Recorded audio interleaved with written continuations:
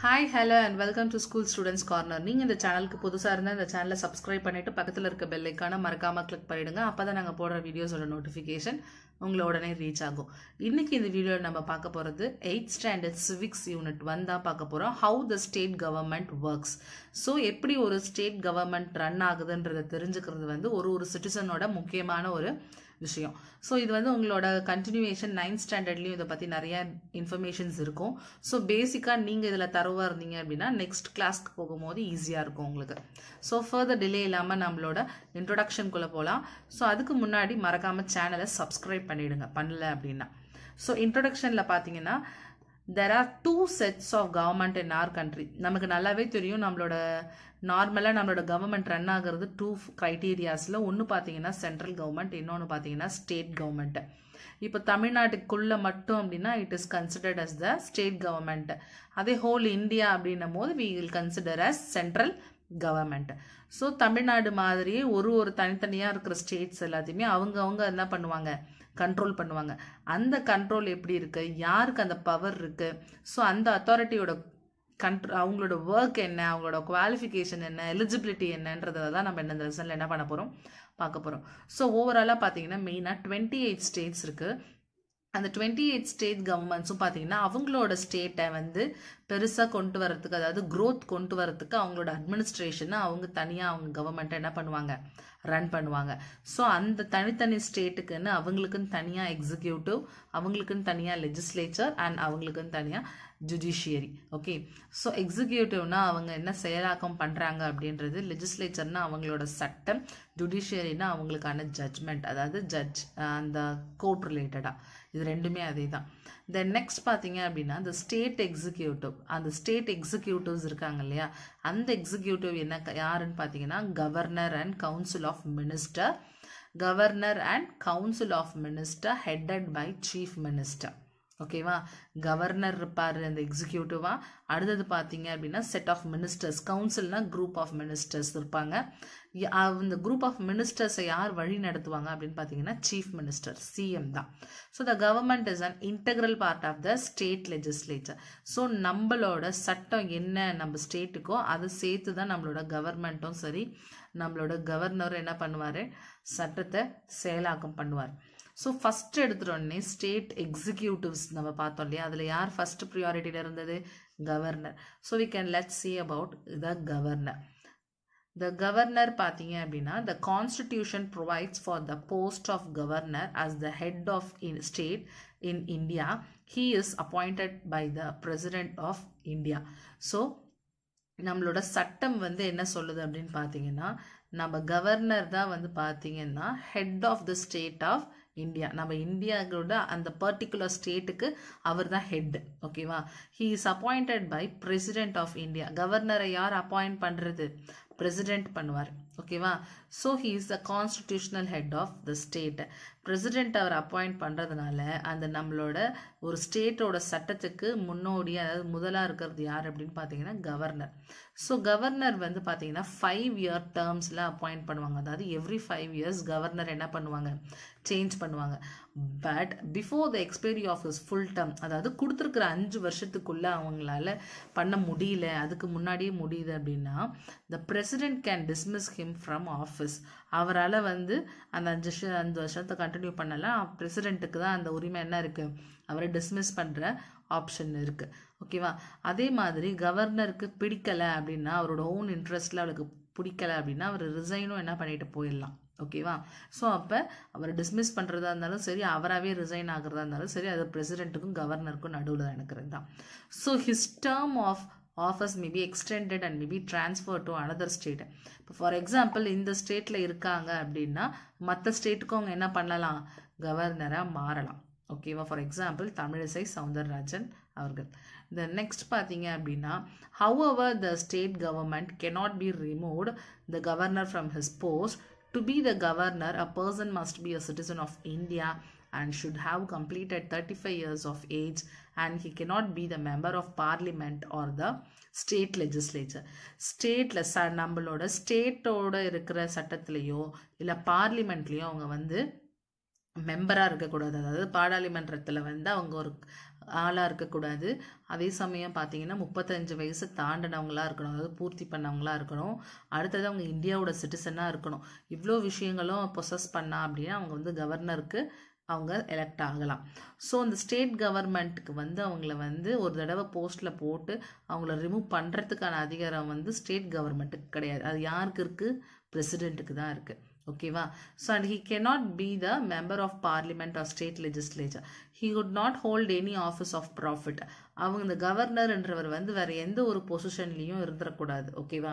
So அப்போ கண்டிப்பாக வந்து எந்த ஒரு பொசிஷன்லேயும் இல்லாதவங்கள கொண்டு போயிட்டு கவர்னர் அவங்க என்ன பண்ணுறாங்க? ஆட் பண்ணுறாங்க. தென் டூ யூ நோவில் பார்த்தீங்கன்னா while appointing the governor, president act as per the advice of union cabinet. அவங்க ஒன்று கூடி செயலாக்கம் பண்ணுறதுல வந்து கவர்னரை தேர்ந்தெடுக்கும் போது இவங்கள்ட்டையும் சில அட்வைசஸை கேட்டுப்பாங்க. So the state government is also consulted with the appointment is to be made. ஸ்டேட் கவர்மெண்ட்டுக்கிட்டையும் ஒரு வார்த்தை என்ன பண்ணிப்பாங்க? கலந்து ஆலோசித்து தேர்வெடுப்பாங்க. Generally a person is not appointed governor in his own state. இப்போ அவங்க சொந்த ஸ்டேட்லேயே அவங்கள கவர்னராக என்ன பண்ண மாட்டாங்க? அப்பாயிண்ட் பண்ண மாட்டாங்க. ஃபார் எக்ஸாம்பிள் நம்ம தமிழ்நாட்டில் இருந்தாங்க அப்படின்னா அவங்க தமிழ்நாட்டுக்கே கவர்னராக அவங்கள என்ன பண்ண மாட்டாங்க? அப்பாயிண்ட் பண்ண மாட்டாங்க. அதுக்கு பதிலாக வேறு ஸ்டேட்டில் கொண்டு போயிட்டு அப்பாயிண்ட் பண்ணுவாங்க. தென் பவர்ஸ் அண்ட் ஃபங்க்ஷன்ஸ், அவங்களோட பவர் அண்ட் ஃபங்க்ஷன்ஸ் என்னன்னு பார்ப்போம். Governor is a nominal executive in a state. அதாவது பிரசிடெண்ட்டால் தேர்ந்தெடுக்கப்பட்ட ஒரு செயலாக்கம் செய்கிறவர் தான் வந்து பார்த்தீங்கன்னா கவர்னர். ஸோ எல்லா executive power of the state, அதாவது all executive power of the state are vested upon him and decision are taken in his name. He appoints the chief minister and council of minister. So decision எடுக்கிறதா இருக்கட்டும் எல்லாமே வந்து அவரோட ஒரு பக்கம் கலந்து ஆலோசிச்சுட்டு தான் வந்து என்ன பண்ணுறாங்க? எடுக்கிறாங்க. அதே மாதிரி சீஃப் மினிஸ்டருக்கு இது பண்ணி விடுறதும் அவர் தான். பார்த்தீங்க அப்படின்னா கவர்னர் தான், அவர் தான் அப்பாயிண்ட் பண்ணுறாரு சீஃப் மினிஸ்டரையும் கவுன்சில் ஆஃப் மினிஸ்டரையும். இப்போ சீஃப் மினிஸ்டருக்கு ஜெயிச்சுட்டு வந்துட்டாங்க அப்படின்னா கவர்னரை வச்சு தான் என்ன பண்ணுவாங்க அப்படின்னா அந்த பதவி பிரமாணம் செஞ்சு வைப்பாங்க. அதுதான். So he make some important appointments. சில இம்பார்ட்டண்ட்டான க்ரைட்டீரியாஸில் கூட அவர் வந்து கலந்துக்குவார். For example state government such as advocate general, chairman, member of state public service commission and others. So அப்போ ஸ்டேட் கவர்மெண்ட் கூட ஸ்டேட் கவர்மெண்ட் சொல்கிறத வச்சு அட்வொகேட் ஜெனரல்ஸ் கூட, சேர்மேன் கூட, member of the state public service commission கூட இவங்க எல்லாருக்கூடையும் சேர்ந்து நிறைய அப்பாயின்மெண்ட்ஸை மேக் பண்ணிப்பார். தென் நெக்ஸ்ட் பார்த்தீங்கன்னா president impose emergency in a state under article 356 on the basis of report of the governor. So ஒரு எமர்ஜென்சி ஆக்ட், அதாவது ஆர்டிகல் 356 படி பார்த்தீங்க அப்படின்னா basis of report of the governor பற்றின ரிப்போர்ட்டை நம்ம என்ன பண்ணலாம்? கொடுக்கலாம். அதாவது இது இந்த மாதிரியான இஷ்யூஸ் இருக்குது, இல்லை இந்த மாதிரியான இஷ்யூஸ் இருக்குது அப்படின்னு சொல்லி நம்ம அதுக்கு பேசிக்காக நம்மளும் வந்து அது ரிப்போர்ட் கொடுக்கலாம். அது வந்து எந்த ஆர்டிக்கலில் இருக்குன்னா ஆர்டிக்கல் 356. இதே மாதிரி மற்ற ஆர்டிகல்ஸ் 1லேருந்து ரிமைனிங் பார்க்கணும் அப்படின்னா அது எங்களோட சேனலில் இருக்குது, நீங்கள் பார்க்கணும். நான் டிஸ்கிரிப்ஷனில் ஆர்டிகல்ஸ் ரிலேட்டடான வீடியோவை போஸ்ட் பண்ணுறேன், லிங்கை போஸ்ட் பண்ணுறேன், அதை கிளிக் பண்ணி செக் பண்ணிக்கோங்க. தென் நெக்ஸ்ட் பார்த்தீங்கன்னா the governor also act as the chancellors of state university. Okay, so அப்போ கவர்னர் வந்து ஒரு சான்சலர்னா ஒரு அதிபராகவும் வந்து ஸ்டேட் யூனிவர்சிட்டியில் ஆக்ட் பண்ணலாம். அதாவது அந்த முக்கியத்துவம் வாய்ந்த ஒரு நபராக ஸ்டேட் யூனிவர்சிட்டிஸில் அவர் செயல்படலாம். He summons and prorogues the session of the state legislature and he can dissolve the legislative assembly. So அவர் வந்து சில விஷயங்களில் அவர் வந்து சில ஸ்டேட் லெஜிஸ்லேச்சரில் இருக்க பிரச்சனைகளை வந்து தீர்த்து வைக்கலாம், இல்லை அதை மொத்தமாகவே அவர் டிசால்வ், அதாவது கம்ப்ளீட்டாகவும் ஃபினிஷ் பண்ணிடலாம். தென் நெக்ஸ்ட் பார்த்தீங்கன்னா money bill can be introduced in the state legislative assembly only if the approval of the கவர்னரோட அப்ரூவல் இருந்தால் தான் வந்து ஸ்டேட் அசம்பிளி அவங்க நடத்துறதுல வந்து மணி பில் அவங்க இன்ட்ரடியூஸ் பண்ண முடியும். So governor May promulgate ordinance when the state legislative of both the houses of the legislature when there are two houses are not in session. So governor வந்து என்ன பண்ணலாம்? So promulgate அப்படின்னா ஆணை சான்றிதழ் வழங்குறது, அதாவது வந்து அவங்களே வந்து அக்செப்ட் பண்ணிக்கிட்டு அது என்ன பண்ணிடலாம், அவங்க மணி பில்லை பாஸ் பண்ணிடலாம். ரெண்டு ஹவுசஸுமே இல்லைனாலும் அந்த செஷனில் அவங்க மணி பில்லை பாஸ் பண்ணுறதுக்கான ரைட்ஸ் அவங்களுக்கு இருக்குது. நெக்ஸ்ட் பார்த்தீங்கன்னா the governor may nominate one member from Anglo Indian community to the legislative assembly if there are Anglo-Indian people in the state and when there are duly represented in the state legislature. He may also nominate 1/6 of the members of the Legislative Council among persons who are experts in the field of science, literature, art, social service and cooperative movement. So அவருக்கு வந்து பார்லிமெண்ட்டில் பார்த்தீங்க அப்படின்னா அதாவது அந்த அந்த legislative அசம்பிளியில் ஒரு Anglo இண்டியனை வந்து அதில் நாமினேட் பண்ணுறதுக்கும் அதே மாதிரி பார்த்தீங்கன்னா லெஜிஸ்லேஷன் கவுன்சிலில் பார்த்தீங்கன்னா ஒரு மெம்பரை வந்து ஏதாவது ஒரு ஃபீல்டுலேருந்து எக்ஸ்பர்ட்டாக இருக்கவங்க அதாவது சயின்ஸோ லிட்ரேச்சரோ இல்லை சோஷியலோ இல்லை கோஆப்ரேட்டிவ் இது மாதிரி ஏதாவது ஒரு ஃபீல்டில் வந்து எக்ஸ்பர்ட்டான பர்சனாலிட்டியை தேர்ந்தெடுக்கிறதுக்கோ இல்லை வந்து லெஜிஸ்லேட்டிவ் அசம்பிளியில் ஒரு ஆங்கிலோ இண்டியனை தேர்ந்தெடுக்கிறதுக்கான முழு உரிமை வந்து பார்த்தீங்கன்னா கவர்னருக்கு இருக்குது. அதே மாதிரி annual budget of the state government ஒரு வருடாந்திர பட்ஜெட் இருக்கு இல்லையா அது வந்து is laid before the legislator with the approval of கவர்னரோட அப்ரூவலில் தான் வந்து ஆனுவல் பட்ஜெட் அவங்க என்ன பண்ணுவாங்க சமர்ப்பிப்பாங்க. தென் நெக்ஸ்ட் பார்த்தீங்கன்னா governments give assent to all the bills passed in the legislature including money bill. The contingency fund of the state is also placed at the disposal of the governor. அதாவது பார்த்தீங்கன்னா ஒரு annual budget வந்து கவர்மெண்ட்டில் வந்து produce பண்ணுறாங்க அப்படின்னா கவர்னரோட approval இருக்கணும். அதே மாதிரி பார்த்தீங்கன்னா கவர்னர் வந்து என்ன பண்ணியிருக்கணும் அது அசென்ட் அப்படின்னா ஒப்புதல் கொடுத்துருக்கணும் அந்த பில் பாஸ் பண்ணுறதுக்கு லெஜிஸ்லேச்சர் அசம்பிளியில். ஸோ அப்போ இவரோட ஒப்புதல் இருந்துச்சு அப்படின்னா அதை என்ன பண்ணிடுவாங்க பில் பாஸ் பண்ணுறதுக்கு கொண்டு வருவாங்க. அதே மாதிரி பார்த்தீங்கன்னா இந்த கான்டின்ஜென்சி ஃபண்ட் அதாவது தற்காலிக ஃபண்டுன்னு சொல்லுவாங்க இல்லையா திடீர்னு ஏற்படுறது தற்காலிகமாக ஒரு நிதி ஒதுக்கிடுறாங்கன்னு சொல்கிறாங்க இல்லையா அந்த மாதிரி தற்காலிக நிதி கூடமே வந்து பார்த்தீங்க அப்படின்னா ஆனுவல் பட்ஜெட்டில் இடம் பெற்றிருக்கணும். அதுவும் வந்து யாரோட கவனத்துக்கு போயிருக்கணும்னா கவர்னரோட கவனத்துக்கு போயிருக்கணும். தென் பொசிஷன் ஆஃப் த கவர்னரோட பொசிஷன் என்ன? The position of the governor of a state is compared to the president of India.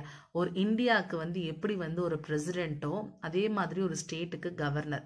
So அவர் வந்து என்னவது ஒரு நாமினல் எக்ஸிக்யூட்டிவாக இருப்பார். எப்படி பிரசிடெண்ட்டை வந்து எலக்ட்ரல் காலேஜில் எலெக்ட் பண்ணுவாங்களோ அதே மாதிரி தான் வந்து ஸ்டேட் லெஜிஸ்லேட்டிவ்ஸை கேட்டு ஒரு கவர்னரை வந்து பிரசிடென்ட் எலெக்ட் பண்ணுவார். But the governor is not always a nominal executive. He can exercise his power in the real sense on some occasions. He acts as an agent for the central government. இங்கே இருக்கிற விஷயங்கள் ஸ்டேட்டில் எப்படி இருக்குன்றத வந்து இவர் என்ன பண்ணணும் he has to move on to the central. So சென்ட்ரலுக்கு கொண்டு போகிற ஏஜெண்ட்டாக ஸ்டேட்டில் இருக்கிறது சென்ட்ரல் கொண்டு போகிற ஒரு ஏஜெண்ட்டாக வந்து கவர்னரோட பங்கு இருக்குது.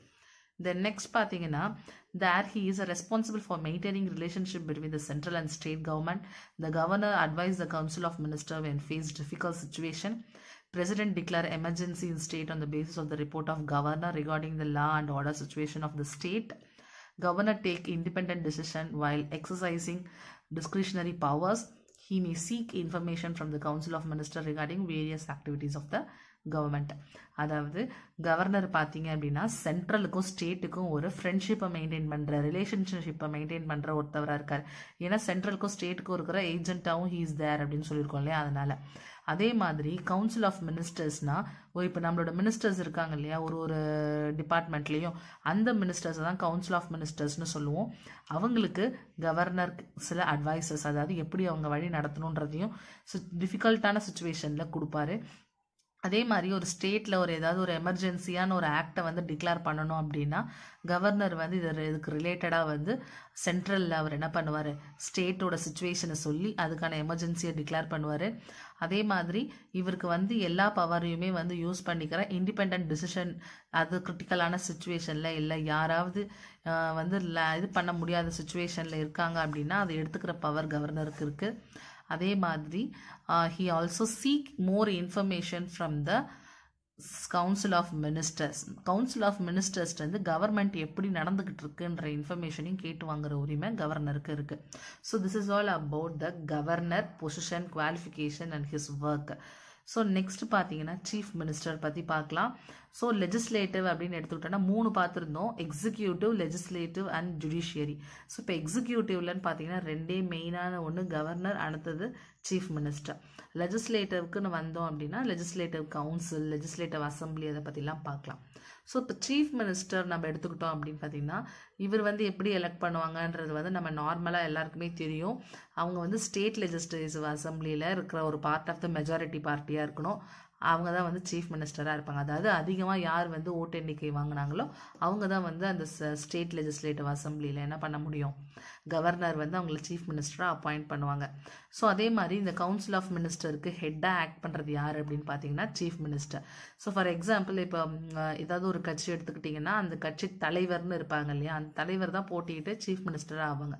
அந்த கட்சியில் இருக்கவங்க மீதியெல்லாம் மினிஸ்டர்ஸாக இருப்பாங்க. அந்த மினிஸ்டர்ஸ்க்கு ஹெட்டு அவங்களோட தலைவர் தானே, அதே தான் கவுன்சில் ஆஃப் மினிஸ்டர்ஸ்க்கு அவங்க ஹெட் வந்து சீஃப் மினிஸ்டர்.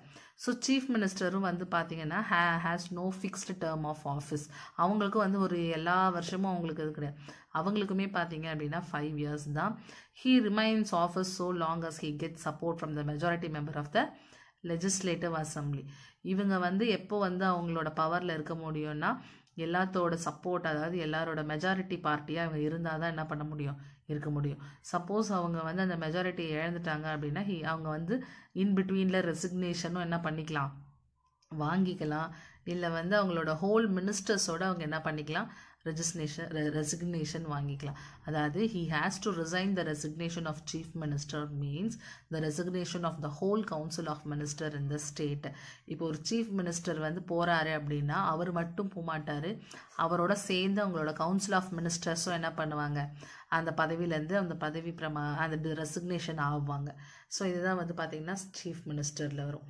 நெக்ஸ்ட் பார்த்தீங்கன்னா சீஃப் மினிஸ்டர் பார்த்தீங்கன்னா he was a member of state legislature and he is not member of state legislature at the time of his taking over charge. மெம்பராக இருப்பார், ஆனால் அந்த charge, அதாவது chief மினிஸ்டர்ன்ற charge எடுத்ததுக்கப்புறம் state legislature மெம்பராக என்ன பண்ண மாட்டார், இருக்க மாட்டார். he must be so within a period of 6 months. ஓகேவா, அந்த 6 மாத இடைவெளியில் அந்த கேப்புக்குள்ளே அவர் அந்த பொசிஷன்லேருந்து ஸ்டேட் லெஜிஸ்லேட்டிவ் மெம்பர்லேருந்து அவர் நார்மலாக மாறிடணும். Then next power on function பார்த்தீங்க அப்படின்னா chief minister is the real executive of state. அதாவது நமக்கு எல்லாத்தையுமே செயலாக்கம் பண்ணி தர்றது சீஃப் மினிஸ்டர் தான். பெரிய பெரிய டிசிஷன் ஸ்டேட் ரிலேட்டடாக எடுக்கிறது, கவர்னரோட கைடன்ஸோட வந்து இது பண்ணுறது பார்த்தீங்க அப்படின்னா சீஃப் மினிஸ்டர் தான். அதே மாதிரி இம்பார்ட்டண்ட் ரோல்ஸ் இந்த formation of council of ministers, அதாவது எந்தெந்த மினிஸ்டரை எதுக்கெல்லாம் அப்பாயிண்ட் பண்ணணும் அப்படின்ற முக்கியமான பங்கு வகிக்கிறதும் சீஃப் மினிஸ்டர் தான். ஸோ சீஃப் மினிஸ்டரோட அட்வைஸ் படி தான் கவர்னர் வந்து மற்ற மினிஸ்டர்ஸ் எல்லாம் என்ன பண்ணுவார், அப்பாயிண்ட் பண்ணுவார். அதாவது இந்த துறையில் இந்த டிபார்ட்மெண்ட்டில் இந்த மினிஸ்டர் அப்பாயிண்ட் பண்ணுங்க, இந்த மாதிரி சில சஜஷன் சீஃப் மினிஸ்டர் கொடுத்தாருன்னா கவர்னர் அவங்கள அப்பாயிண்ட் பண்ணுவார். அடுத்தது பார்த்தீங்கன்னா சீஃப் மினிஸ்டர் வந்து நிறைய ஆக்டிவிட்டீஸ் மினிஸ்ட்ரீஸ்லேயும் சரி, அதே மாதிரி பார்த்தீங்க அப்படின்னா எல்லா பக்கமுமே வந்து எல்லாரையும் ஓரிணைஞ்சு கோஆர்டினேட் பண்ணி எல்லா மினிஸ்டர்ஸும் கரெக்டாக வேலை பார்க்குறாங்களான்னு பார்த்து சூப்பர்வைஸ் பண்ணுற ஆக்டிவிட்டியும் வந்து சீஃப் மினிஸ்டருக்கு ரொம்ப முக்கியமான ஒரு பங்கு.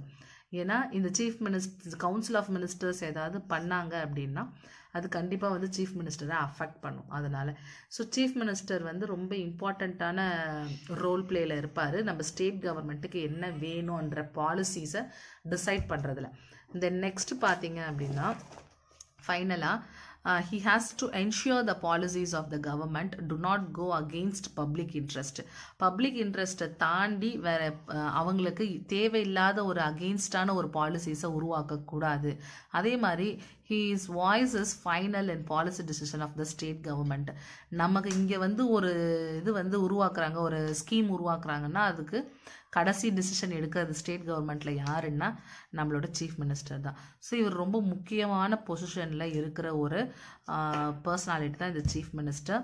கவர்னர் தான் வந்து என்ன பண்ணுவாங்கன்னா different higher officials of the state government on the advice of chief minister. மற்ற அஃபிஷியல்ஸ்லாம் இருக்காங்க இல்லையா, ஃபார் எக்ஸாம்பிள் ஐஏஎஸ்ஸாக இருக்கட்டும், இல்லை டிசாஸ்டர் மேனேஜ்மெண்ட்டோட இதாக ஹெட்டாக இருக்கட்டும், இந்த மாதிரி பெரிய பெரிய போஸ்டிங்ஸ் எல்லாமே ஸ்டேட் கவர்மெண்ட்டில் வந்து சீஃப் மினிஸ்டரோட அட்வைஸ் படி கவர்னர் அப்பாயிண்ட் பண்ணுவார். அதே மாதிரி கவுன்சில் ஆஃப் மினிஸ்டர்ஸையும் கவர்னர் வந்து சீஃப் மினிஸ்டரோட பேரில் தான் அப்பாயிண்ட் பண்ணுவார். ஸோ இதுதான் பார்த்தீங்க அப்படின்னா எக்ஸிக்யூட்டிவில் நம்ம பார்த்தது கவர்னர் அண்ட் சீஃப் மினிஸ்டர். செகண்டரியாக நம்ம ஸ்டேட்டில் பார்க்க வேண்டியது த லெஜிஸ்லேச்சர். ஓகேவா, ஸோ ஸ்டேட் எக்ஸிக்யூட்டிவ் பார்த்தீங்கன்னா 2 பேர். ஒன்று பேர் பார்த்தீங்க அப்படின்னா நம்மளோட governor Banwarilal Purohit and next பார்த்தீங்க அப்படின்னா நம்மளோட சிஎம் எம்கே ஸ்டாலின். இவங்க பார்த்தீங்கன்னா இப்போது 2021 இப்போ ப்ரெசண்ட்டில் இருக்கிற கவர்னர் ஆஸ் வெல் அஸ் நம்மளோட chief minister. So next topic பார்த்திங்கன்னா த லெஜிஸ்லேச்சர்னால் சட்டமன்றம் சட்டப்பேரவைன்னு சொல்கிறாங்களே அதுதான் லெஜிஸ்லேச்சர். ஸோ இந்தியாவில் பார்த்திங்க அப்படின்னா state legislature consist of governor and 2 houses, okay, and 1 or 2 houses, அதாவது யூனிகேமரல் ஆர் பை கேமரலில் வரும், கவர்னரும் அது கூட சேர்த்தோம். அதே வந்து upper houses called as legislative council, okay. So lower houses called as legislative assembly, அதாவது சட்டப்பேரவை அப்படின்னா லெஜிஸ்லேட்டிவ் அசம்பிளி, சட்டமன்றம் அப்படின்னா legislative council. So state with bicameral லெஜிஸ்லேச்சர்னால் என்னென்ன ஸ்டேட்ஸில் இருக்குன்னா உத்தரப்பிரதேஷ், தெலுங்கானா, ஆந்திர பிரதேஷ், கர்நாடகா, மகாராஷ்டிரா, பீகார், இதிலெல்லாம் பார்த்தீங்கன்னா ஸ்டேட்டில் பைகேமரல் லெஜிஸ்லேச்சர், அதாவது both Appar house and lower house சட்டம் அந்த சட்டமன்றத்தில் ரிலேட்டடாக வர்றது. தென் லெஜிஸ்லேட்டிவ் கவுன்சில், அதாவது சட்டமன்றத்தில் பார்த்தீங்க அப்படின்னா the constitution provides that the total strength of the legislative council must not be less than 40 and not more than one third of the total strength of legislative assembly of the state. So இப்போ ஒரு ஸ்டேட்டில் வந்து இவ்வளோ seeds தான் அப்படின்னு இருக்குன்னா அந்த சீட்டில் 1/3 பங்கு தான் பார்த்தீங்கன்னா லெஜிஸ்லேட்டிவ் கவுன்சிலில் இருக்கணும். அதே சமயம் 40க்கு கீழேயும் இருக்கக்கூடாது. ஸோ இதுதான் வந்து பார்த்தீங்கன்னா அவங்களோட லிமிட், லெஜிஸ்லேட்டிவ் கவுன்சிலோட லிமிட்டு 40க்கு மேலே இருக்கணும். அதே லெஜிஸ்லேட்டிவ் அசம்பிளிக்கு 1/3 பார்ட் தான் வந்து அந்த ஸ்ட்ரென்த் இருக்கணும். தென் நெக்ஸ்ட் பார்த்தீங்க அப்படின்னா the member of legislative council are elected indirectly. So அவங்க எப்படி எலெக்ட் ஆகுறாங்க, இன்டைரக்டாக எலெக்ட் ஆகுறாங்க, okay. So 1/3 of its member, அதாவது 1/3 பங்கு பார்த்தீங்க அப்படின்னா are elected by local government bodies like district panchayat, municipalities. So இந்த டிஸ்ட்ரிக்ட் பஞ்சாயத்துலேயும் முனிசிபாலிட்டிஸ்லையும் இருக்கவங்க வந்து அதில் 1 பங்கு, ஓகே, 1/3 ஆஃப் பீப்புளை வந்து எலெக்ட் பண்ணுவாங்க. அடுத்தது பார்த்தீங்கன்னா இன்னொரு 1/3 ஆஃப் பீப்புளை வந்து லெஜிஸ்லேட்டிவ் அசம்பிளி, அதாவது சட்டப்பேரவையில் இருக்கவங்க எலெக்ட் பண்ணுவாங்க. அப்புறம் 1/12 of the elected people are graduates, படித்தவங்க, ஓகேவா. படித்தவங்கள பார்த்து இந்த சட்டத்தில் ஏற்பட்ட சட்டத்துக்கு ரிலேட்டடாக இருக்கிற படித்தவங்கள வந்து அதில் எலெக்ட் பண்ணுவாங்க. தென் அனதர் 1/12 பார்த்தீங்கன்னா teachers of school, college and universities, government teachers, government school, college staff, university staffs, அந்த மாதிரி இருக்கவங்களாம் வந்து எலெக்ட் பண்ணுவாங்க. இதாவது இந்த கேட்டகரி, இப்போ இந்த 40 சொன்னோம் இல்லையா, 40லேருந்து 1/3ன்னு, அந்த கேட்டகரிக்குள்ளே வந்து எத்தனை பேர் இருப்பாங்கன்னு நமக்கு தெரியும், 40க்கு மேலே இருக்காங்கன்னா. ஸோ அப்போ அதில் இருக்கவங்கள ஒருத்தவங்க வந்து இன்டைரக்டாக எலெக்ட் ஆவாங்கன்னு சொல்லி பார்த்தோம். ஸோ அப்போ பார்த்தீங்க அப்படின்னா மக்களால் ஓட்டு போட்டு என்ன பண்ண முடியாது, அவங்கள எலெக்ட் பண்ண மாட்டாங்க. அதான் இன்டைரக்ட் எலெக்ஷன். இன்டைரக்ட் எலெக்ஷன்னா நம்ம வந்து ஒரு ரெப்ரசன்டேட்டிவை எலெக்ட் பண்ணியிருப்போம் இல்லையா, அவங்க வந்து மற்றவங்கள வந்து எலெக்ட் பண்ணுறது தான். ஸோ அப்போ வந்து நம்ம டைரெக்டாக அது கூட என்ன இல்லை, கனெக்டிவிட்டியில் இல்லை, அதனால தான் அது இன்டைரக்ட் எலெக்ஷன்னு சொல்கிறாங்க. அந்த இன்டைரக்டாக எலெக்ட் பண்ணுற பர்சனாலிட்டிஸ் யார் அப்படின்னா தான் வந்து பார்த்தீங்க அப்படின்னா அந்த like district panchayat, municipalities, legislative அசம்பிளியில் வந்து இருக்கிறவங்க. தென் நெக்ஸ்ட் பார்த்தீங்க அப்படின்னா கிராஜுவேட்ஸு, ஸ்கூல் டீச்சர்ஸ், அதாவது government school teachers, colleges and யூனிவர்சிட்டிஸில் இருக்கவங்க. தென் நெக்ஸ்ட் பார்த்தீங்க அப்படின்னா மீதி 1/6 பார்த்தீங்க அப்படின்னா லெஜிஸ்லேட்டிவ் கவுன்சிலில் கவர்னர் வந்து என்ன பண்ணுவார், நாமினேட் பண்ணுவார், ஓகே. கவர்னருக்கு அந்த ரைட்ஸ் இருக்குதுன்னு சொல்லிட்டு அவரோட ரைட்ஸில் நம்ம பார்த்துருப்போம், சில பர்சனாலிட்டிஸை வந்து அப்பாயிண்ட் பண்ணுறதுக்கான அதிகாரம் அவருக்கு இருக்குன்னு. And here they had given one, do you know, at present only 6 states India have legislative council in their legislature. They are Bihar, Uttar Pradesh, Maharashtra, Karnataka, Andhra Pradesh and Telangana. So இந்த states மட்டும்தான் வந்து பார்த்தீங்க அப்படின்னா பைகேமரல்னு சொல்லிங்க பார்த்தோம். So பைகேமரல்னால் என்ன அர்த்தம் அப்படின்னா legislative council as well as legislative assembly ரெண்டுத்தையும் வச்சு கண்டக்ட் பண்ணுறவங்க. நம்ம தமிழ்நாட்டில் பார்த்தீங்கன்னா லெஜிஸ்லேட்டிவ் அசம்பிளி, அதாவது சட்டமன்றம் உறுப்பினர்களாக தான் இருக்குது, ஓகேவா. அதுதான் legislative council permanent house, okay.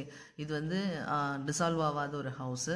1/3 of member வந்து ரிட்டையர் எவ்ரி 2 years, 2 வருஷத்துக்கு ஒரு தடவை ரிட்டையர்மெண்ட் ஆவாங்க. And election are held to the vacant seats. எங்கே இந்த எலெக்ஷன் ரிட்டையர்ட் ஆகுறாங்க இல்லையா, அதில் வந்து வேக்கண்ட்டாக இருக்க சீட்டுக்கு மட்டும் அப்பப்போ எலெக்ஷன் நடக்கும். ஸோ அவங்க வந்து பார்த்திங்கன்னா 6 years டேர்ம் பீரியடில் எலெக்ட் ஆகுறாங்க. நீங்கள் மற்றபடி பார்த்தீங்கன்னா மற்றவங்களுக்குலாம் 5 years வரும், இங்கே லெஜிஸ்லேட்டிவ் கவுன்சில் மெம்பர்ஸ்க்கு 6 years, ஓகே. தென் நெக்ஸ்ட் பார்த்தீங்கன்னா the member of the legislative council, அவங்களோட குவாலிஃபிகேஷன் பார்த்தீங்கன்னா only must be citizen of India, 30 yearsக்கு மேலே இருக்கணும், then he can be a member of legislative. He cannot be the member of legislative assembly or either house of the parliament. ரெண்டுத்துலையுமே அவங்க இருக்கக்கூடாது. The chairman is the president officer of the legislative council. So chairman தான் வந்து யாராக இருக்காங்கன்னு பார்த்தீங்கன்னா presiding officer. Legislative சட்டப்பேரவையை வந்து நடத்துகிறவங்க வந்து சட்டமன்றத்தை நடத்துகிறவங்க வந்து அந்த சேர்மேனாக இருக்காங்க. So in his absence, suppose சேர்மேன்ஸோட ஆப்சன்ஸ் அங்கே இருக்குது அப்படின்னா டெபுட்டி சேர்மேன் அப்படின்றவங்க வந்து என்ன பண்ணுவாங்க, இவங்களோட மீட்டிங்கை ஹெல்ட் ஓவர் பண்ணுவாங்க, அதாவது கண்டினியூ பண்ணுவாங்க. So they are elected among the member of that houses. So அப்போ அதுக்குள்ளே இருக்கிறவங்கள தான் என்ன பண்ணிக்கிறாங்க, எலெக்ட் பண்ணிக்கிறாங்க. தென் நெக்ஸ்ட் பார்த்திங்கன்னா லெஜிஸ்லேட்டிவ் அசம்பிளி. ஓகே, சட்டப்பேரவை.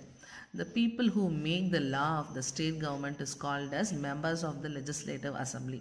Members of legislative assembly na MLA. இப்போ நமக்கு தெரியும் யார் எம்எல்ஏன்னு யாரை நம்ம சொல்லுவோம் அப்படின்னு சொல்லிட்டு. ஸோ எம்எல்ஏன்றவங்க வந்து யார் அப்படின்னு பார்த்தீங்கன்னா நம்மளால் தேர்ந்தெடுக்கப்பட்டு கவர்மெண்ட்டோட சட்டத்தை வந்து அப்ளை பண்ணுறவங்க தான் வந்து பார்த்திங்கன்னா எம்எல்ஏஸ். ஸோ எம்எல்ஏவோட அப்ரிவேஷன் என்ன, member of the legislative assembly. So MLA is nothing but member of legislative assembly. So MLA வந்து பார்த்தீங்க அப்படின்னா they are chosen by different forms of constituency. Okay, for the election of MLA the entire state is divided into different constituency. These constituency are called as legislative constituency. One legislative constituency may have 1 lakh or even more people. அதாவது தனித்தனி வார்டாக பிரித்து அவங்கவுங்களுக்குன்னு தனித்தனியாக வந்து என்ன பண்ணுறாங்க, எம்எல்ஏவை elect பண்ணுறாங்க. 1 MLA is chosen from each legislative constituency to represent that legislative assembly. ஓகேவா? So அப்போ ஒரு எம்எல்ஏ வந்து என்ன பண்ணுறாங்க, அந்தந்த தொகுதிக்கு வந்து எலெக்ட் பண்ணுறாங்க. எலெக்ட் பண்ணி அவங்க மூலயமா அவங்களுக்கு தேவையான இதெல்லாம் வந்து ரெப்ரசன்டேட் பண்ணுறாங்க. ஓகே, ஸோ அப்போ அந்த மக்களுக்கான ரெப்ரசன்டேட்டிவாக அந்த எம்எல்ஏ போய் இருக்காங்க. Then next election to the assembly. Okay, so அப்போ எம்எல்ஏஸ் பார்த்தீங்க அப்படின்னா சில பர்டிகுலர் ரீஜியனுக்கு, அதாவது கொஞ்சம் கொஞ்சம் பிளேசஸ்க்கு மட்டும் அவங்க என்ன பண்ணுவாங்க, அவங்களுக்கு அலோகேட் பண்ணி அங்கே வந்து அவங்க வந்து மெம்பராக இருப்பாங்களே, அதாவது சட்டமன்ற தொகுதின்னு பிரித்து அதில் வந்து அவங்கள வந்து ஆள வைப்பாங்க. தென் நெக்ஸ்ட் பார்த்தீங்கன்னா election to the assembly. So election to the அசம்பிளின்னு பார்த்தீங்கன்னா different political parties compete in the election to the legislative assembly. ஓகேவா? இந்த சட்டமன்ற பேரவையில் சேர்றதுக்கு டிஃப்ரெண்ட் பொலிட்டிக்கல் பார்ட்டிஸ், கட்சிகள் வந்து எலெக்ஷனில் காம்படேட் பண்ணுவாங்க. These party nominate their candidate from each constituency. ஒரு தொகுதியிலேருந்து என்ன பண்ணுவாங்க, ஒரு கேண்டிடேட்டை எலெக்ட் பண்ணுவாங்க. The candidate is that person who contest for the election has ask people to vote for him. So அந்த கேண்டிடேட் என்ன பண்ணுவாங்க, அந்த தொகுதியில் நின்று அவங்கள்ட்ட வந்து ஓட்டுக்காக கேட்பாங்க. ஸோ அந்த கேண்டிடேட் இருக்காங்க இல்லையா, அவங்க வந்து 25 வயசுக்கு மேலே பூர்த்தி செஞ்சவங்களாக இருக்கணும். அதே மாதிரி to contest for the election to legislative assembly. அதே மாதிரி 1 person can stand for election in more than 1 constituency. ஒரு தொகுதிக்கு மேலே வந்து அவங்க வந்து என்ன பண்ணலாம், எம்எல்ஏ எலெக்ஷனில் நிற்கலாம் ஒரே timely. So even if a person does not belong to any political or party, எந்த ஒரு கட்சியிலையுமே அவங்க கிடையாது அப்படின்னாலும் அவங்க வந்து எலெக்ஷனில் என்ன பண்ணலாம், நிற்கலாம். அதாவது சுயேட்சை முறையில் நிற்கிறாங்கன்னு சொல்லுவாங்க இல்லையா, அது. அடுத்தது பார்த்தீங்கன்னா such candidate is called as independent candidate. ஓகேவா? ஸோ இண்டிபெண்ட் கேண்டிடேட்னா எந்த ஒரு கட்சியும் இல்லாமல் அவங்க மட்டும் தனித்துவத்தில் நிற்கிறது. Every party has its own simple. அவங்களுக்குன்னு தனியாக ஒரு சிம்பிள், அதாவது அவங்களுக்குன்னு ஒரு அடையாளம், கட்சி சின்னம்னு சொல்லுவாங்களே, அதான். Independent candidate has are also given election symbol. The member of legislative assembly are elected directly by the people. So நம்ம ஓட் போடுறதுல தான் வந்து இப்போ சிஎம் எலெக்ஷன் நடக்கும் போது நம்ம ஓட் போடுறோம் இல்லையா, அதில் தான் வந்து இந்த எம்எல்ஏஸ் என்ன ஆகுறாங்க, மெஜாரிட்டியில் அவங்க தொகுதியில் ஜெயிச்சிடுறாங்க. So all people residing in the area of the legislative constituency who are under 18 years of age can cast a vote in legislative assembly election. So எந்த தொகுதியில் வந்து சட்டமன்ற தொகுதியில் இருக்காங்களோ அந்த தொகுதியில் இருக்க மக்கள் வந்து அங்கே நிற்கிறவங்களுக்கு வந்து என்ன பண்ணலாம், 18 வயசுக்கு மேலே பூர்த்தி செஞ்சவங்களாக இருந்தால் அந்த தொகுதி எம்எல்ஏக்கு அவங்க ஓட் போடலாம். So according to the constitution and legislative assembly cannot have more than 500 members and not less than 60 members. So ஒரு தொகுதியில் பார்த்தீங்கன்னா 500க்கு மேலேயும் இல்லை 60 மெம்பர்ஸ்க்கு கீழேயும் என்ன பண்ணக்கூடாது, இருக்கக்கூடாது. ஸோ சம் சீட்ஸ் இந்த legislative assembly are reserve for schedule caste, schedule tribes. ஒரு சில தொகுதியிலலாம் பார்த்தீங்க அப்படின்னா சட்டமன்ற தொகுதியில் இவங்க வந்து SC people and ST people மட்டும் தான் வந்து அங்கே தொகுதியில் நிற்கணும் அப்படின்ற மாதிரி சில ரிசர்வ்டு சீட்ஸும் இருக்குது. ஓகே, ஸோ அதே மாதிரி பார்த்தீங்கன்னா governor can nominate one member from the Anglo Indian community. The member of the legislative assembly are elected for a term of 5 years. இந்த எம்எல்ஏஸோட டைம் பீரியட் என்ன 5 years. அதே மாதிரி ஆங்கிலோ இந்தியனை வந்து வச்சுப்பாங்க. ஏன் அப்படின்னா அங்கேருந்து இங்கே சர்வைவ் பண்ணுறவங்களுக்கு இவங்க ஒரு சப்போர்ட்டிங் இதாக தான் வந்து இவங்களே ஆட் பண்ணுறாங்க. So but the governor can dissolve the house before the expiry date of it terms and can all call for fresh election. இப்போ சப்போஸ் இவங்களோட ரெஸ்பான்சிபிலிட்டிஸ் ஒழுங்காக இல்லை எம்எல்ஏஸோடது அப்படின்னா கவர்னர் வந்து அந்த ஆட்சியை வந்து கலைச்சிட்டு புதுசாக ஒரு எலெக்ஷனை கண்டக்ட் பண்ணுறதுக்கான உரிமை வந்து கவர்னருக்கு இருக்குது. The meeting of the assembly are presided over the speaker who is elected from among the member of the assembly. In his absent deputy speaker conduct the meeting. So இப்போ இங்கே ஏதாவது ஒரு கட்சி மீட்டிங் ஏதாவது ஒரு மீட்டிங் ஓவராலாக வைக்கிறாங்கன்னா அதில் நடுநாளாக யார் உட்கார வைப்பாங்கன்னா ஸ்பீக்கரை. சப்போஸ் அந்த ஸ்பீக்கர் அவர் வந்து யாருன்னு பார்த்தீங்கன்னா அந்த எலெக்டட் அவர் வந்து பார்த்தீங்கன்னா மெம்பர் ஆஃப் அசம்பிளி தான். ஓகேவா, அந்த ஒரு கூட்டத்தோட ஒருத்தவராக தான் இருந்து அவரை எலெக்ட் பண்ணி தான் ஸ்பீக்கராக கொண்டு வராங்க. அவர் இல்லை, அந்த அவரோட ஆப்சன்ஸில் டெபுட்டி ஸ்பீக்கர்ன்றவங்க வந்து அந்த இதை கண்டக்ட் பண்ணலாம். அப்போ 2 போஸ்டிங்கில் இருக்காங்க. தென் ஸ்டேட் கவுன்சில் ஆஃப் மினிஸ்டர்ஸ். ஓகேவா, ஸோ என்னென்ன மினிஸ்டர்ஸ் இருக்காங்க, மொத்தமாக எத்தனை சீஃப் மினிஸ்டருக்கு கீழே அவங்க அந்த கூட்டம் எவ்வளோ பெரிய கூட்டம் இருக்குது ஸ்டேட்டில் அப்படின்றத நம்ம தெரிஞ்சுக்கலாம். So the leader of the majority party in the election is chosen as chief minister. அதாவது எந்த கூட்டம் வந்து அதிகமான இந்த கேண்டிடேட் எலெக்ட் ஆகுறாங்களோ அந்த கூட்டத்தோட தலைவரை தான் சீஃப் மினிஸ்டராக எலெக்ட் பண்ணுறாங்க. தமிழ்நாட்டில் மட்டும் பார்த்தீங்க அப்படின்னா எத்தனை தொகுதி இருக்குன்னா 234 இருக்குது. ஓகேவா, இந்த மோர் தேன் 118 எலெக்டட் கேண்டிடேட்ஸ், அதாவது ஒரே ஒரு கட்சியில் 118க்கு மேலே எம்எல்ஏ செலக்ட் ஆகிட்டாங்க அப்படின்னா கவர்னர் என்ன பண்ணுறாரு, அவங்கள வந்து எம்எல்ஏஸாகவும் அவங்களோட லீடரை வந்து சீஃப் மினிஸ்டராகவும் அவங்க என்ன பண்ணிடுறாங்க நிர்ணயிச்சிடுறாங்க. ஓகேவா, so his minister from the MLA of his party. Minister from various department headed by the chief minister is called a state government. இப்போ நிறைய டிபார்ட்மெண்ட்டில் இப்போ ஹெல்த் டிபார்ட்மெண்ட், எஜுகேஷனல் டிபார்ட்மெண்ட் சொல்கிறோம், அக்ரிகல்ச்சர் டிபார்ட்மெண்ட், இந்த மாதிரி நிறைய டிபார்ட்மெண்ட்ஸ் எல்லாம் கம்பைண்டாக இருக்க மினிஸ்டரோட ஒரு சீஃப் மினிஸ்டர் இருந்தாங்க அப்படின்னா அவங்க ரன் பண்ணுற அந்த அட்மினிஸ்ட்ரேஷனை தான் நம்ம என்னன்னு சொல்கிறோம், ஸ்டேட் கவர்மெண்ட்டுன்னு சொல்கிறோம். So it is set as the party that which has got majority seat in the election in the form of government. நடந்த எலெக்ஷனில் அப்போ அவங்க தான் என்ன பண்ணியிருக்காங்க, மெஜாரிட்டியாக வாங்கியிருக்காங்க. ஸோ அப்போ இந்த என்ன அவங்களோட ஒர்க்கிங் என்ன அப்படின்னு பார்த்தீங்கன்னா அவங்க எலெக்டட் ஆனதுக்கு அப்புறமா அந்த எம்எல்ஏஸ் வந்து கரெக்டாக வந்து என்ன பண்ணணும், அவங்க தொகுதிக்கு என்ன பண்ணணுமோ அந்த வேலைகள் எல்லாத்தையும் அவங்க என்ன பண்ணணும், செய்யணும். அதே மாதிரி legislative assembly meeting 2 or 3 times வந்து என்ன பண்ணுவாங்க, அங்கே சட்டப்பேரவை கூட்டம் வந்து நடைபெற்றுவாங்க. எத்தனை தடவை பார்த்தீங்க அப்படின்னா 2 இல்லைன்னா 3 times. The main duty of legislative assembly. So அப்போ 2 or 3 times தான் வந்து அவங்க சட்டமன்ற கூட்டத்தை வந்து நிறைவேற்றுறாங்க. The main duty of legislative assembly is to make law for the state. It can make law on the subject mentioned in the state list and the concurrent list. நம்மளோட state list and concurrent லிஸ்ட்னால் அதாவது நம்ம ஸ்டேட்டுக்கு மட்டும் தேவையான விஷயங்கள் both the state and central இருக்கிறது தான் concurrent list.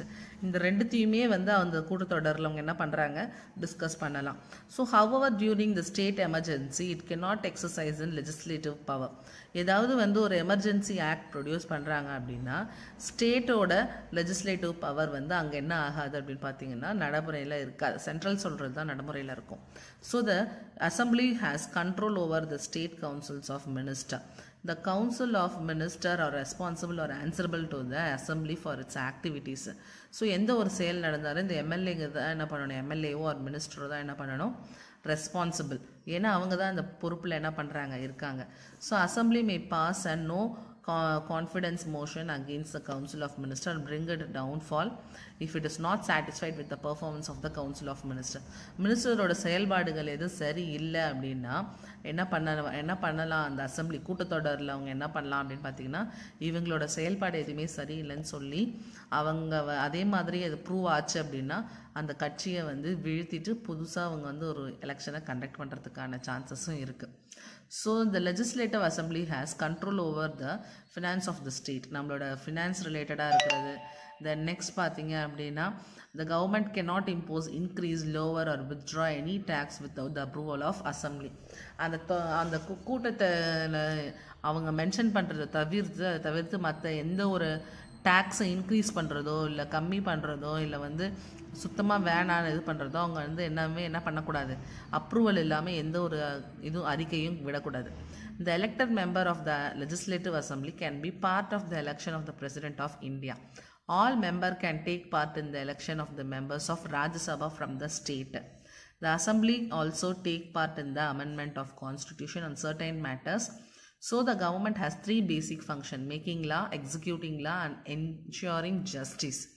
So அசம்பிளியில் கொடுத்துருக்குற அந்த அமெண்ட்மெண்ட் ஆக்ட் சட்ட திருத்தத்தின்படி அவங்க வந்து என்ன பண்ணிக்கலாம், ராஜ்யசபா மெம்பர்ஸ் வந்து எலெக்ஷனில் கனெக்ட் ஆகலாம், அவங்களே அவங்க மெம்பராக எலெக்ட் பண்ணிக்கிறதுக்கான சான்சஸ் இருக்குது. அதே மாதிரி எப்பயுமே வந்து இந்த எம்எல்ஏஸும் சரி, மினிஸ்டர்ஸும் சரி, சீஃப் மினிஸ்டரும் சரி, யாராக இருக்கட்டும், அவங்க வந்து கரெக்டான லா மேக் பண்ணணும், கரெக்டான லாவை எக்ஸிக்யூட் பண்ணணும், எப்பயுமே வந்து நீதியை கரெக்டாக அவங்க ஃபாலோ பண்ணணுன்றது. So how laws are made in the state government, நம்மளோட ஸ்டேட் கவர்மெண்ட்டில் எப்படி வந்து லா மேக் பண்ணுறாங்க. Several kind of rules and laws have been made by the people for our country. For instance, there is a law that cannot keep a gun without having a license for it, or that women cannot marry before the age of 18 years old and men cannot marry before the age of 21 years. These rules and law have not been made just like that. People elected their government who thought carefully before making such law. A lot of such law are made by state and central government. So எப்படி ஒரு லா make பண்ணுறாங்கிறதுக்கு சில examples கொடுத்துருக்காங்க. இந்த லான்ற ஒரு விஷயம், அதாவது சட்டம் அப்படின்றத வந்து எதுக்கு கொண்டு வராங்கன்னா பீப்புளோட நல்லதுக்காக தான். ஸோ அப்போ அவங்களோட பிரச்சனைகளை வந்து அவங்க என்ன பண்ணுறாங்க, அனலைஸ் பண்ணணும். ஃபார் எக்ஸாம்பிள், யார்கிட்டையும் வந்து கன் இருக்கக்கூடாது. அப்படி கன் வச்சுருக்காங்கன்னா லைசன்ஸ்டு கன்னாக தான் இருக்கணும். ஏன்னா யார் பண்ணாலும் கன் வச்சுருந்தா என்ன ஆகும், ஷூட் பண்ணிவிடுவாங்கல்ல கோவம் வந்தால். ஸோ அதனால் அந்த மாதிரி வச்சுருக்கக்கூடாது, அதுவும் மக்களோட நல்லதுக்கு தான். அதே மாதிரி விமென்ஸ், அதாவது கேர்ள்ஸ் வந்து 18 இயர்ஸ்க்கு மேலே தான் மேரேஜ் பண்ணணும், பாய்ஸ் வந்து 21 இயர்ஸ்க்கு மேலே தான் பண்ணணும் அப்படின்றது. அவங்களுக்கு ஒரு மெச்சூரிட்டி லெவல் வந்து அவங்களோட லைஃப் அவங்க கரெக்டாக சஸ்டைன் பண்ணணும் அப்படின்னா இந்த ஏஜ் அவங்க க்ராஸ் பண்ணியிருக்கணுன்றதுக்காக. ஸோ இதுவுமே நமக்கு தான். இந்த மாதிரி நிறைய விஷயங்கள் நம்மளோட வெல்ஃபேர்க்காக கவர்மெண்ட் என்ன பண்ணும், state government and as well as central government நமக்கு நிறைய லா மேக்ஸ் பண்ணும். Okay, in the legislative assembly meeting, MLA discuss a number of topics about like public works, education, law, order and various problems faced by the state. The MLA can ask questions to know the activities of minister which the concerned minister have to answer. The legislative assembly make laws on certain issues, the process of making a law. So பாத்தீங்கன்னா கவர்மெண்ட்டில் legislative assembly, அதாவது ஒரு பாராளுமன்ற அந்த கூட்டத்தொடரில் வந்து பார்த்தீங்க அப்படின்னா அந்த மீட்டிங்கில் எம்எல்ஏஸ் வந்து மினிஸ்டர்ஸை வந்து நிறையா கொஷின் கேட்குறதுக்கான ரைட்ஸ் இருக்குது. எம்எல்ஏஸ் வந்து நிறைய டாபிக்ஸ், அதாவது அவங்க தான் வந்து அவங்கவுங்க தொகுதியில் இருக்க பிரச்சனைகளை பார்க்குறாங்க இல்லையா, அந்த தொகுதி பிரச்சனைகளை எடுத்து சொல்லி அதுக்கு வந்து கரெக்டான சர்டன் மினிஸ்டர்கிட்ட வந்து அதுக்கு ரெஸ்பான்ஸ் கேட்குறதுக்கான ஃபுல் ரெஸ்பான்சிபிலிட்டியுமே வந்து பார்த்திங்கன்னா எம்எல்ஏஸ்க்கு இருக்குது. ஸோ இதை பேஸ் பண்ணி தான் நமக்கு வந்து பார்த்திங்க அப்படின்னா லா வந்து நமக்கு மேக் பண்ணுறாங்க. தென் நெக்ஸ்ட் பார்த்தீங்க அப்படின்னா here they had given a diagrammatic representation, அதாவது ஒரு பில் வந்து எப்படி வந்து மூவ் ஆகுது. Okay, this is how a bill like me become an act, ஒரு எப்படி வந்து சட்டத்தில் வந்து இது வந்து நிர்ணயிக்கிறாங்க அப்படின்னு. லெஜிஸ்லேட்டிவ் அசம்பிளி கூட்டத்தொடரில் வந்து அந்த பில்லை ரெப்ரசன்ட் பண்ணுறாங்க. அதுக்கான சில வாக்குவாதங்கள் போது அதில் இருக்கிற குட்ஸ் அண்ட் பேட்ஸாக பார்க்குறாங்க. இப்போ வந்து எம்எல்ஏஸ் வந்து பில்லோட பக்கம், அதாவது அவங்க பாஸ் பண்ணியிருக்க அந்த பில்லில் வந்து அவங்களுக்கு எல்லாமே பாசிட்டிவிட்டி இருந்து ஃபேவராக அவங்க ஓட் பண்ணுறாங்க அப்படின்னா, அதிகமான ஓட்டிங் வந்து அந்த எம்எல்ஏஸ் வந்து இந்த பில்லுக்கு பாஸ் பண்ணுறாங்கன்னா அப்போ அந்த பில்லை வந்து என்ன பண்ணுறாங்க, மக்களோட செயலாக்கு முறைக்கு கொண்டு வராங்க. ஓகேவா, இப்படி தான் வந்து நமக்கு இதாகுது. தென் நெக்ஸ்ட் பார்த்திங்கன்னா ஒரு டூ யூனோ இருக்குது. The state legislature follow same procedure for passing ordinary or money bill like that the parliament. In state legislature also, the legislative assembly, which is the lower house, is more powerful than the legislative council, which is in the upper house. அந்தந்த ஸ்டேட்டுக்கு அவங்கவுங்க ஸ்டேட்டோட பில்லை வந்து அவங்க வெளியிடும் போது central கவர்மெண்ட்டோட state கவர்மெண்ட்டோட பவர் அவங்களோட ஸ்டேட்டில் அதிகம்னு சொல்கிறாங்க. இந்த மாதிரியான சேம் ப்ரொசீஜரில் தான் வந்து பார்த்திங்கன்னா ஸ்டேட் கவர்மெண்ட்டோட பில்லும் பாஸ் ஆகும். So next coming to executive MLAs. Before moving on to executive MLAs, let's see about the number of ministers and MLAs. இவங்க தான் பார்த்தீங்க அப்படின்னா லெஜிஸ்லேட்டிவ் அசம்பிளி, அதாவது சட்டப்பேரவையோட கவுன்சில் ஆஃப் மினிஸ்டர்ஸ். இவர் நம்மளோட சீஃப் மினிஸ்டர். அண்ட் நெக்ஸ்ட் பார்த்தீங்கன்னா திருதுரை துரைமுருகன் இரிகேஷன் ப்ராஜெக்ட் ரிலேட்டடாக இருக்கிற மினிஸ்டர், பாஸ்போர்ட் மினரல்ஸ் மினிஸ்ட்ரி எல்லாத்துலேயுமே சேர்ந்து. அடுத்தது பார்த்திங்கன்னா திரு KN நேரு, அவர் வந்து பார்த்திங்கன்னா முனிசிபல் அட்மினிஸ்ட்ரேஷனில். நெக்ஸ்ட்டு பார்த்திங்கன்னா திரு I பெரியசாமி, அவர் வந்து கோஆப்ரேஷன் மினிஸ்டர். தென் நெக்ஸ்ட் பார்த்திங்கன்னா திரு K பொன்முடி, அவர் வந்து higher education minister. Thiru EV Velu, அவர் வந்து பப்ளிக் ஒர்க்ஸ் மினிஸ்டர். பன்னீர்செல்வம் வந்து agriculture and farmer welfare. Then next பார்த்திங்கன்னா திரு KKSSR ராமச்சந்திரன் பார்த்திங்க அப்படின்னா revenue and disaster management. Thiru Thanga Thennarasu பார்த்திங்க அப்படின்னா industries. And Thiru S Raghupathy பார்த்திங்க அப்படின்னா minister of law. Then Muthusamy பார்த்திங்கன்னா minister of housing and urban development. Periya Karuppan பார்த்திங்கன்னா திரு KR பெரிய கருப்பன் பார்த்திங்கன்னா rural development minister. Then next திரு TM அன்பரசன் பார்த்திங்க அப்படின்னா rural industry. Then next Thiru MP Saminathan பார்த்திங்கன்னா information and publicity. Geetha Jeevan, Thirumathi P Geetha Jeevan பார்த்திங்க அப்படின்னா social welfare and women empowerment. Thiru Anitha R Radhakrishnan பார்த்திங்கன்னா animal husbandry and fishermen welfare. Then Rajakannappan பார்த்திங்க அப்படின்னா திரு RS ராஜகண்ணப்பன் வந்து minister for transport. Thiru K Ramachandran பார்த்திங்கன்னா minister for forest. Thiru R Sakkarapani பார்த்திங்கன்னா food and civil supply. Then next Senthil Balaji, Thiru V Senthil Balaji பார்த்திங்கன்னா electricity prohibition excise. Thiru R Gandhi பார்த்திங்கன்னா handlooms textiles. Thiru M Subramanian பார்த்திங்கன்னா medical and family welfare. Thiru P Moorthy பார்த்திங்கன்னா commercial taxes and registration. Thiru SS Sivasankar பார்த்திங்கன்னா backward class welfare. And Thiru PK Sekar Babu பார்த்திங்கன்னா Hindu religious charity என்டவுமெண்ட்.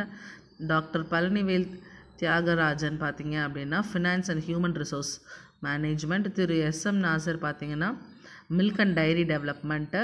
திரு KS Masthan பார்த்திங்க அப்படின்னா நான் residual welfare, அதாவது minister for minorities welfare. Then next Thiru Anbil Mahesh Poyyamozhi பார்த்திங்கன்னா honourable education minister. Thiru Siva V Meyyanathan பார்த்திங்க அப்படின்னா climate and weather sports development minister.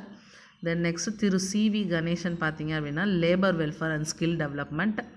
Next Thiru T Manoj Thangaraj பார்த்திங்க அப்படின்னா information technology minister. Thiru M Mathivendhan பார்த்திங்கன்னா மினிஸ்டர் ஃபார் டூரிசம். திருமதி கயல்விழி பார்த்திங்கன்னா ஆதிதிராவிடர் welfare.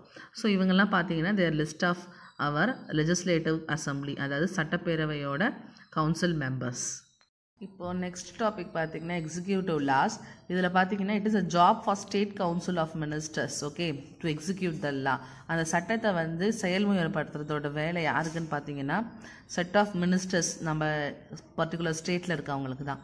So legislative assembly of Tamil Nadu is located in சென்னையில் தான் லொக்கேட் ஆகிருக்கு சட்டப்பேரவையோட இது.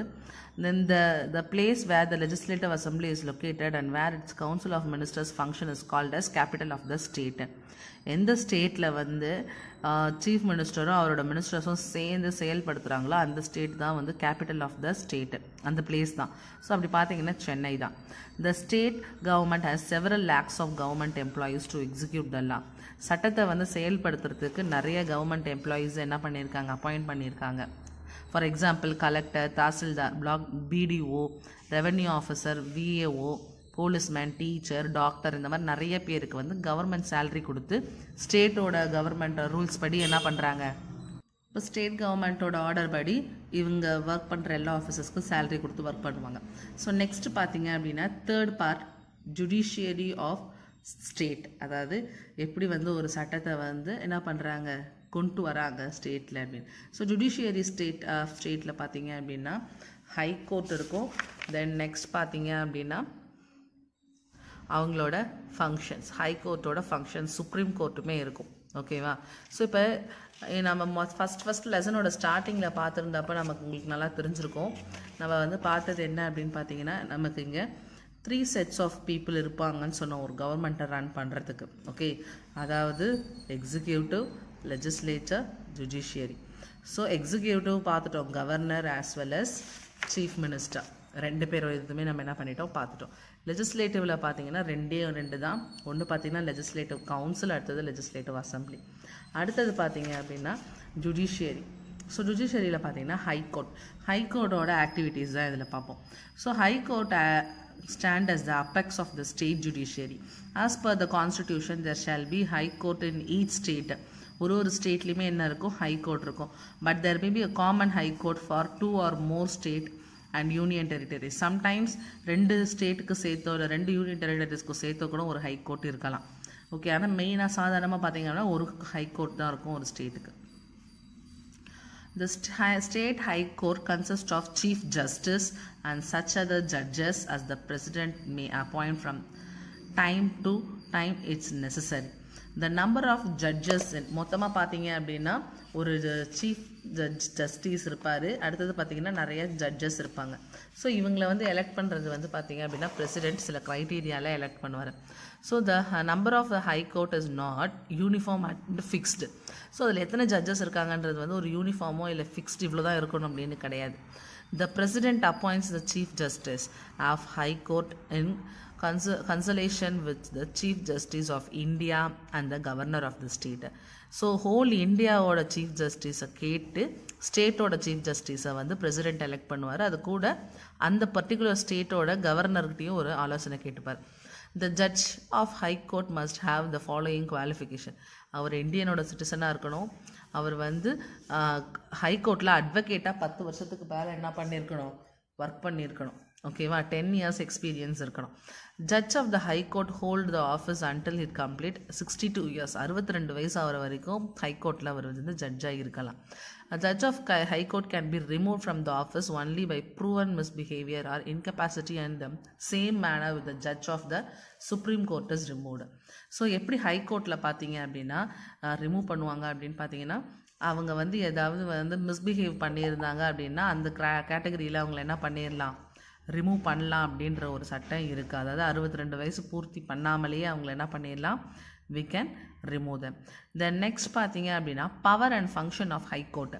அவங்களோட பவர் அண்ட் ஃபங்க்ஷன் என்னென்ன அப்படின்னு பார்த்தீங்க அப்படின்னா, ஃபர்ஸ்ட் திங், ஸோ இப்போது கோர்ட்டில் வந்து நமக்கான ஃபங்க்ஷன்ஸ் அண்ட் பவர் பார்த்தீங்க அப்படின்னா, first the high court has been empowered to issue writs for ஹெவி corpus, mandamus, prohibition, certiorari and quo warranto. இது எல்லாமே பார்த்தீங்க அப்படின்னா நம்மளோட ஃபண்டமெண்டல் ரைட்ஸுக்கு அதாவது எதிர்ப்பாக வந்துச்சு அப்படின்னா, ஃபார் எக்ஸாம்பிள் ஹெபிஸ் கார்பஸ் அப்படின்னா என்ன அப்படின்னு பார்த்தீங்கன்னா, இப்போ நம்ம வந்து ஒருத்தவங்க நம்மளை வந்து அன்வான்டாக ரீசன் இல்லாமல் அரெஸ்ட் பண்ணுறாங்க அப்படின்னா, அந்த நம்ம வந்து கோர்ட்டில் கேஸ் போட்டு எந்த ரீசனுக்காக நம்மளை அரெஸ்ட் பண்ணுறாங்க அப்படின்னு சொல்லி நமக்காக வந்து நம்ம வந்து தெரிஞ்சுக்க வரோம் இல்லையா, கவர்மெண்ட் வந்து எதுக்காக நம்ம மேலே இந்த ஆக்ஷன் எடுத்திருக்குன்றதை வந்து நம்ம கோர்ட்டில் ப்ரூவ் பண்ணுறதுக்கும் தெரிஞ்சுக்கிறதுக்கும் நமக்காக வாதாடுறதுக்கும் அந்த ஹெபிஸ் கார்பஸ் அப்படின்ற ஒரு ரூல் இருக்குது. மேண்டமஸ் அப்படின்னா என்ன அப்படின்னு பார்த்தீங்கன்னா, ஃபார் எக்ஸாம்பிள் இப்போ நமக்கு வந்து பார்த்திங்கன்னா கவர்மெண்ட்டோ இல்லை வேறு யாராவது வந்து கவர்மெண்ட் ரிலேட்டடான அஃபிஷியல்ஸ் நமக்கு துன்புறுத்தல் கொடுத்தாங்க அப்படின்னா, அந்த கீழ் வேலை அதிகாரியில் இருக்கவங்களை வந்து குவெஷன் பண்ணி அவங்க மேலே ஒரு கேஸ் ஃபைல் பண்ணுறதுக்கு சப்போர்ட்டிவாக இருக்குது இந்த மேண்டமஸ். அதாவது ஹை கோர்ட்டில் இருக்கவங்க வந்து மற்ற ஆஃபீஸர்ஸ் மேலே ஏதாவது ஒரு ப்ராகிபிஷன், அதாவது கவர்மெண்ட் வந்து ஆப்போசிட்டாக வந்து நடந்துக்கிட்டாங்க அப்படின்னா அவங்களுக்காக இந்த மேண்டமஸ். நெக்ஸ்ட் ப்ராகிபிஷன் அப்படின்னா, ஸோ ப்ராகிபிஷன் அப்படின்றது வந்து ஒரு கவர்மெண்ட் அஃபிஷியல் வந்து அவங்களோட லிமிட்டை மீறி அவங்க வந்து ஏதாவது செஞ்சாங்க அப்படின்னா அதை வந்து எச்சரிக்கை பண்ணுற மாதிரி ஹையர் கவர்மெண்ட் வந்து ஹையர் கோர்ட் வந்து எச்சரிக்கை பண்ணுற மாதிரி பண்ணுறது தான் இந்த ப்ராகிபிஷன். அதே QTRI பார்த்தீங்க அப்படின்னா அவங்களுக்குன்னு சில ஆவணங்களை சில எவிடன்ஸ் எல்லாமே வந்து ரிட்டன் சர்டிஃபிகேட்டாக இருக்கும் இல்லையா, அதெல்லாம் வந்து கரெக்டான இது வந்து ஒப்படைக்கிறாங்களா அப்படின்றத செக் அவுட் பண்ணுறது தான் வந்து பார்த்திங்கன்னா QTRI. அண்ட் கியூ வாரண்டோ அப்படின்னா என்ன அப்படின்னு பார்த்தீங்க அப்படின்னா, ஸோ பாதிக்கப்பட்ட ஒரு பர்சனாலிட்டி எதனால் அவங்க பாதிக்கப்பட்டாங்க அப்படின்றதும், அவங்கள வந்து எந்த இதுக்கு கீழே வந்து இவங்களை எந்த மாதிரி இல்ட்ரீட் பண்ணாங்க அப்படின்றதும் கவர்மெண்ட்டுக்கிட்ட கரெக்டான முறையில் அந்த அதிகாரிக்கு வந்து கொடுக்கறதுக்கு செயல்முறைப்படுத்துறதுக்காக தான் வந்து பார்த்திங்கன்னா இந்த கியூ வாரண்ட்டும். அதாவது இது எல்லாமே வந்து காமன் பீப்புள் வந்து அவங்களோட ஃபண்டமெண்டல் ரைட்ஸை மீறி அவங்களுக்கு ஏதாவது ஒரு விதத்தில் சட்டத்தை மீறி வேறு ஏதாவது நடந்துச்சு அப்படின்னா அவங்கள அதுலேருந்து தற்காத்து கொள்றதுக்கு தான் இந்த விதமான டைப்ஸ் ஆஃப் இஷ்யூஸ் இருக்குது. இந்த நெக்ஸ்ட் பார்த்தீங்கன்னா எல்லா ஹை கோர்ட்லேயும் பார்த்தீங்கன்னா general power superintendence over all the lower court and tribunals within its judiciation except military court and tribunals. So இங்கே பார்த்தீங்கன்னா ஹை கோர்ட்டுக்கு வந்து பார்த்தீங்கன்னா முக்கியமான பவர் இருக்குது. அதாவது சின்ன சின்ன கோர்ட்டுங்களில் இருக்கிற தீர்ப்பை விட ஹை கோர்ட்டில் கடைசியாக வர தீர்ப்பு வந்து அவங்களுக்கு அது கரெக்டான தீர்ப்பாக இருக்கும். ஆனால் இதில் எக்ஸப்ஷன் பார்த்தீங்கன்னா மிலிட்ரி கோர்ட்டும் ட்ரிபியூனல்ஸும். தென் நெக்ஸ்ட்டு பார்த்தீங்கன்னா இந்த case of pending before a subordinate court and high court is satisfied that it involves a substantial question of the constitution law, it can take up the case and decide itself. இப்போ ஏதாவது bending cases இருக்குது அப்படின்னா அது மற்ற subordinate கோர்ட்ஸில் நடக்கலை, அது அப்படியே நின்றுட்டுருக்கு அப்படின்னா இந்த ஸ்டேட் ஹை கோர்ட் எடுத்து நடத்தி அது முடிக்கணும் அப்படின்னாலும் முடிக்கிறதுக்கான ரைட்ஸ் அவங்களுக்கு இருக்குது. தென் நெக்ஸ்ட் பார்த்தீங்க அப்படின்னா high court control all the subordinate court இந்த ஸ்டேட்டில் இருக்கிற சின்ன சின்ன கோர்ட் எல்லாத்தையுமே ஹை கோர்ட் கண்ட்ரோல் பண்ணும். நெக்ஸ்ட் பார்த்தீங்கன்னா like supreme court, high court is also act as a court of record. Supreme court act பண்ணுற மாதிரி ஹை கோர்ட்டும் அந்தந்த ஸ்டேட்டுக்கு ஆக்ட் பண்ணும். தென் நெக்ஸ்ட் பார்த்தீங்கன்னா for the purpose of judicial administration, each state divided into number of districts, each under the jurisdiction of district judge. The district court judges were appointed by the governor. In case of exercise of the above mentioned power, the High Court enjoys full power and the freedom to act within the jurisdiction. The constitutional safeguard has ensured its independent working. So அதாவது ஒரு டிஸ்ட்ரிக்ட்டுமே வந்து தனித்தனியாக வந்து court open பண்ணி அவங்களுக்குன்னு சில ஜட்ஜஸை போட்டு district court ஜட்ஜஸை appoint பண்ணி கவர்னர் அவங்களுக்குன்னு அந்த சில என்னென்னலாம் வந்து இப்போ ஃபண்டமெண்டல் ரைட்ஸை மீறி மக்களுக்கு போதோ அதை செயல்படுத்துறதுக்கு அந்தந்த டிஸ்ட்ரிக்ட்லேயே வந்து கோர்ட்ஸ் என்ன பண்ணியிருக்காங்க, ப்ரொவைட் பண்ணியிருக்காங்க. இது எல்லாமே பார்த்தீங்க அப்படின்னா மக்களோட பாதுகாப்புக்கும் அவங்களோட இண்டிபெண்ட்டான ஒரு லைஃப்க்கும் தான் இது வந்து இந்த கோர்ட் வந்து செயல்படுது. ஸோ இதோட பார்த்தீங்க அப்படின்னா இந்த லெசன் கம்ப்ளீட் ஆகுது. இந்த லெசனுக்கான புக் பேக் எக்ஸசைஸை வந்து நான் நெக்ஸ்ட் வீடியோவில் போஸ்ட் பண்ணுறேன். ஏன்னா இந்த வீடியோவே ரொம்ப லாங்காக போனதுனால நான் நெக்ஸ்ட் வீடியோவில் உங்களுக்கு வந்து இந்த லெசனோட புக் எக்ஸசைஸ் ஃபுல்லாகவே டீட்டெயில் வரைக்கும் மார்க் பண்ணிடுறேன். ஸோ மறக்காமல் அந்த வீடியோஸ் எல்லாம் நீங்கள் பார்க்கணுன்னா எங்கள் சேனலை சப்ஸ்கிரைப் பண்ணிவிட்டு பக்கத்தில் இருக்க பெல் ஐக்கானை கிளிக் பண்ணிவிடுங்க. ஸோ இங்கே நிறைய பேர் பார்த்தீங்க அப்படின்னா சேனலை சப்ஸ்கிரைப் பண்ணாமல் பார்க்குறீங்க. ஸோ அது அனாலிட்டிக்ஸில் பார்த்தோம் அப்படின்னா தெரிஞ்சிச்சு. ஸோ அதுக்காக சொல்கிறேன், மறக்காமல் சேனலை சப்ஸ்கிரைப் பண்ணிவிட்டு பாருங்கள். ஃபர்தர் வீடியோஸையும் நீங்கள் பார்க்கணும் அப்படின்னா பக்கத்தில் இருக்க பெல் ஐக்கானை கிளிக் பண்ணிவிடுங்க. ஸோ தேங்க்ஸ் ஃபார் வாட்சிங் அவர் சேனல் அண்ட் தேங்க்யூ.